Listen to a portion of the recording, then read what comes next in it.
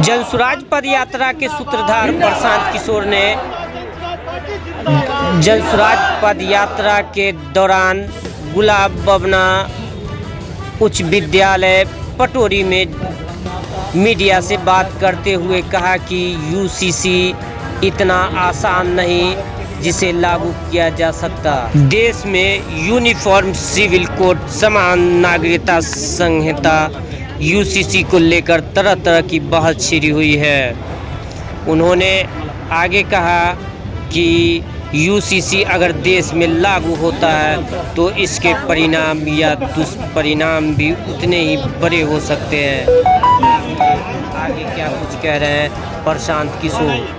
नमस्कार।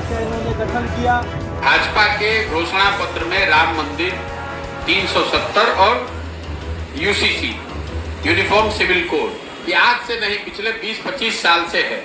दो मुद्दे उन्होंने लागू कर दिए।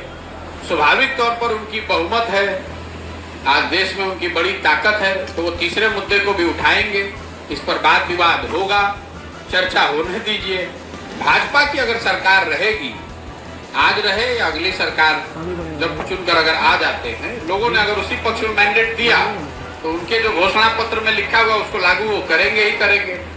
जब तक उनको जनता ने आशीर्वाद नहीं दिया था तो ये तीनों मुद्दे उनके घोषणा पत्र का हिस्सा था, लागू नहीं हो रहा था।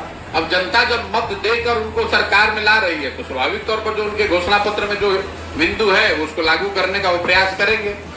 आसान नहीं है, जो देश की डाइवर्सिटी है उसको देखते हुए यूसीसी लागू करना इतना आसान है नहीं जितना आपको लगता है। ये एक जैसे धारा 370 वो एक कश्मीर से जुड़ा हुआ मामला था, भारत के एक भूभाग को इफेक्ट करता था। मानसिक तौर पर भले वो पूरे देश से जुड़ा हुआ मुद्दा हो, लेकिन इफेक्टिवली जो लोग उससे सीधे तौर पर प्रभावित हुए वो तो एक राज्य के लोग थे।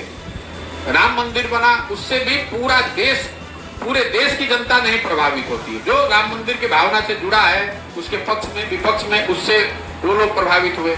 लेकिन यूसीसी एक ऐसा मुद्दा है जो मुझे लगता है कि देश की बड़े जनसंख्या को प्रभावित करता है सीधे तौर पर।